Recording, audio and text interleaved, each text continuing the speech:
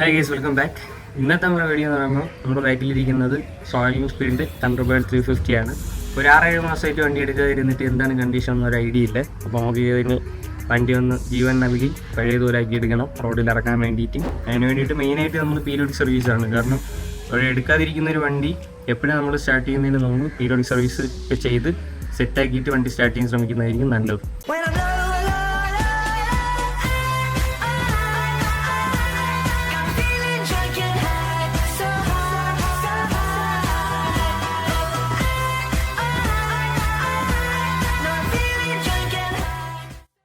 Sir அந்த வண்டி sound கூட நல்லா இல்லை சார்.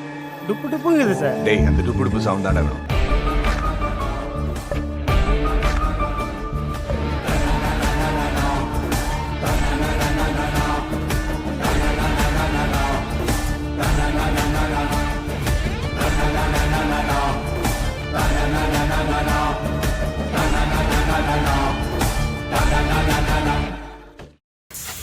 അപ്പോൾ വണ്ടിയിലിപ്പം ഫുള്ള് വലയും പൂപ്പലും പരിപാടിയും കാര്യങ്ങളൊക്കെയാണ്. ഫസ്റ്റ് നമ്മൾ ക്ലീൻ ചെയ്യാം. ക്ലീൻ ചെയ്തതിന് ശേഷം വർക്ക് സ്റ്റാർട്ട് ചെയ്യാം.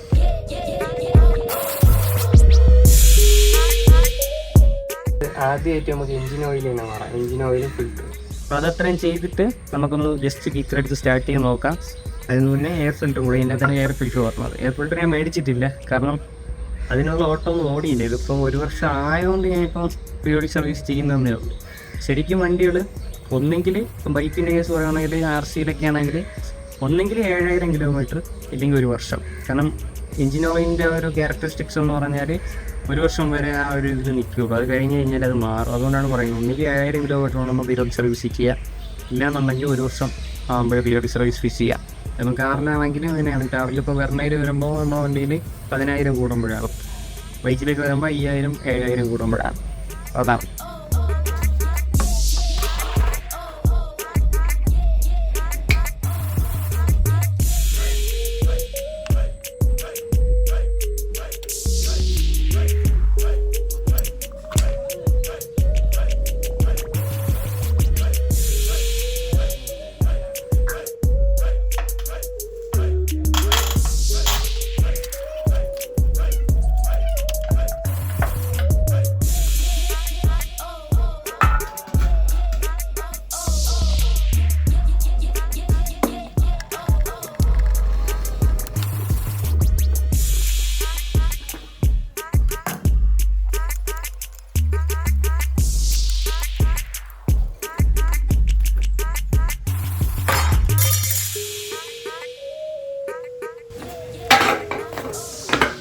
ഇതാണ് എയർ ഫിൽറ്ററിൻ്റെ അവസ്ഥ. നമ്മളിപ്പോൾ മാറിയിട്ട് ഓൾമോസ്റ്റ് 1 വർഷമായി. എയർ ഫിൽറ്റർ കുറച്ച് പൂപ്പല് കാര്യങ്ങളൊക്കെ ഉണ്ടെന്നുള്ളതല്ലാതെ വലിയ രീതിയിലുള്ള അഴുക്കോ കാര്യങ്ങളോ ഇല്ല. നമുക്കിതൊന്ന് ക്ലീൻ ചെയ്തെടുക്കാം.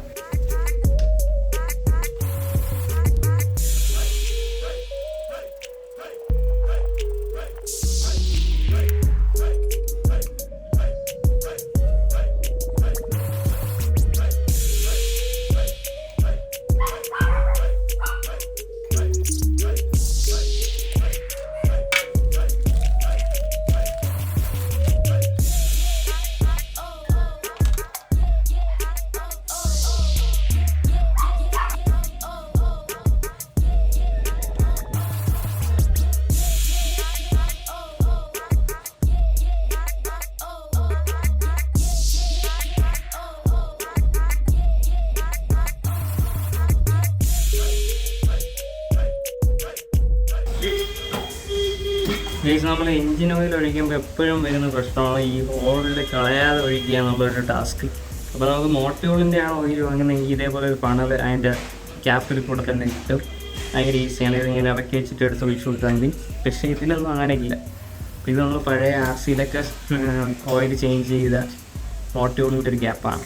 ഇത് വെച്ചിട്ട് ഇത് സേഫായിട്ട് ഒഴിച്ചു കൊടുക്കാം.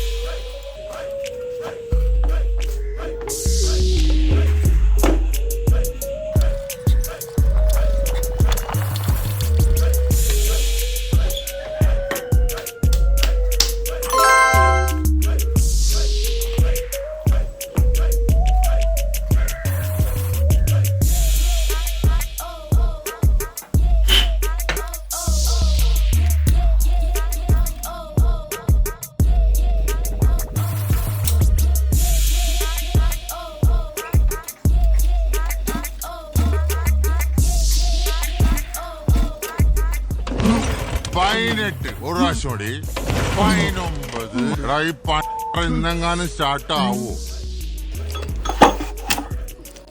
ഇനിയുള്ള പ്രശ്നം എന്താണെന്ന് പറഞ്ഞാൽ നമ്മുടെ ടാങ്കിനുള്ളിൽ തുരുമ്പുണ്ട്. തുരുമ്പാണ് നമുക്ക് ഇനി ക്ലീൻ ചെയ്യാനുള്ളത്. ബാക്കി പീരിയോഡിക് സർവീസ് പരിപാടി എല്ലാം മാറിയിട്ടുണ്ട്. പിന്നെ ബാറ്ററി വെച്ചിട്ടില്ല, ബാറ്ററി വയ്ക്കണം. ടാങ്കിൻ്റെ അവസ്ഥ ഞാൻ കാണിച്ചു തരാം. എപ്പോഴും നമ്മൾ വണ്ടി എടുക്കാതിരിക്കുമ്പം ഫുൾ ടാങ്ക് അടിച്ച് വെക്കണമെന്ന് പറയുന്നത് ഇതുകൊണ്ടാണ്. ഏതാണ് അവസ്ഥ ഉള്ളിൽ കാണാമോ എന്നറിയത്തില്ല. ഇത് നമുക്ക് ക്ലീൻ ചെയ്യണം. അപ്പോൾ അതിന് വേണ്ടിയിട്ട് ടാങ്ക് ഇളക്കുവാണ്.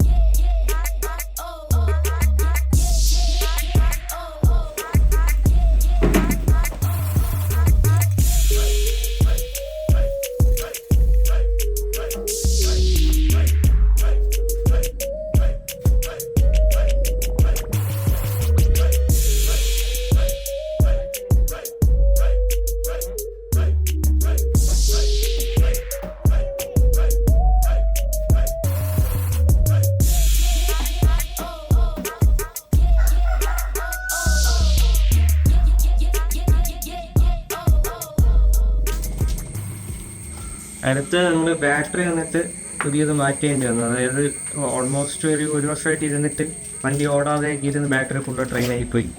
പക്ഷെ നമുക്ക് വാറണ്ടി ബാറ്ററിക്ക് 4 വർഷമാണ്. 2 വർഷം റീപ്ലേസ്മെൻറ്റ് വാറണ്ടി, 2 വർഷം ഡിസ്കൗണ്ട് വാറണ്ടിയാണ്. അപ്പോൾ നമ്മൾ റീപ്ലേസ്മെൻറ്റ് വാറണ്ടി കഴിഞ്ഞു. അതുകൊണ്ട് നമ്മൾ അടുത്ത ബാറ്ററി വെച്ചാൽ എല്ലാ ബാറ്ററീസും 4 ഇയേഴ്സാണ് വാറണ്ടി ബില്ല് വരുന്നത്. അപ്പോൾ അടുത്ത് ബാറ്ററി വയ്ക്കണം. കാരണം ഈ റോയൽ എൻഫീൽഡിൻ്റെ വണ്ടികളെല്ലാം ബാറ്ററി ഇല്ലാന്നുണ്ടെങ്കിൽ സ്റ്റാർട്ട് ആവത്തില്ല. ബാക്കി ബൈക്കുകളെല്ലാം നമുക്കൊരുവിധം തള്ളി സ്റ്റാർട്ടിങ് എന്തെങ്കിലുമൊക്കെ ചെയ്യാം. ഇത് നമുക്ക് ബാറ്ററി ഉണ്ടെങ്കിൽ മാത്രമേ സ്റ്റാർട്ട് ആവുള്ളൂ.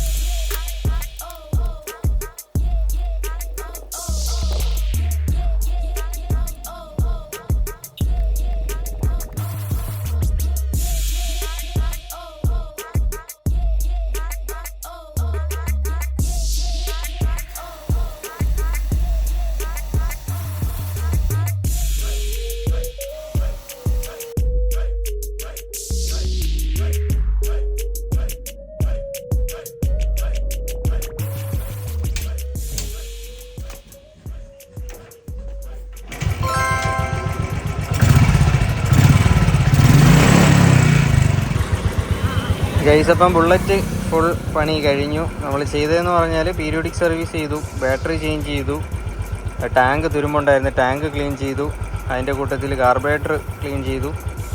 ഇതെല്ലാം നമ്മൾ ചെയ്തത്. ഇത്രയും ചെയ്തപ്പം തന്നെ വണ്ടി നല്ല സ്മൂത്തായി. നമ്മളിപ്പം ഒരു യാത്രയിലാണ്. അപ്പോൾ വണ്ടി ഇപ്പം നോക്കിക്കഴിഞ്ഞാൽ ചെറിയൊരു ഇതിൽ തന്നെ വണ്ടി സ്റ്റാർട്ടാവും. ഞാൻ ഒന്ന് ജസ്റ്റ് കാണിക്കാം.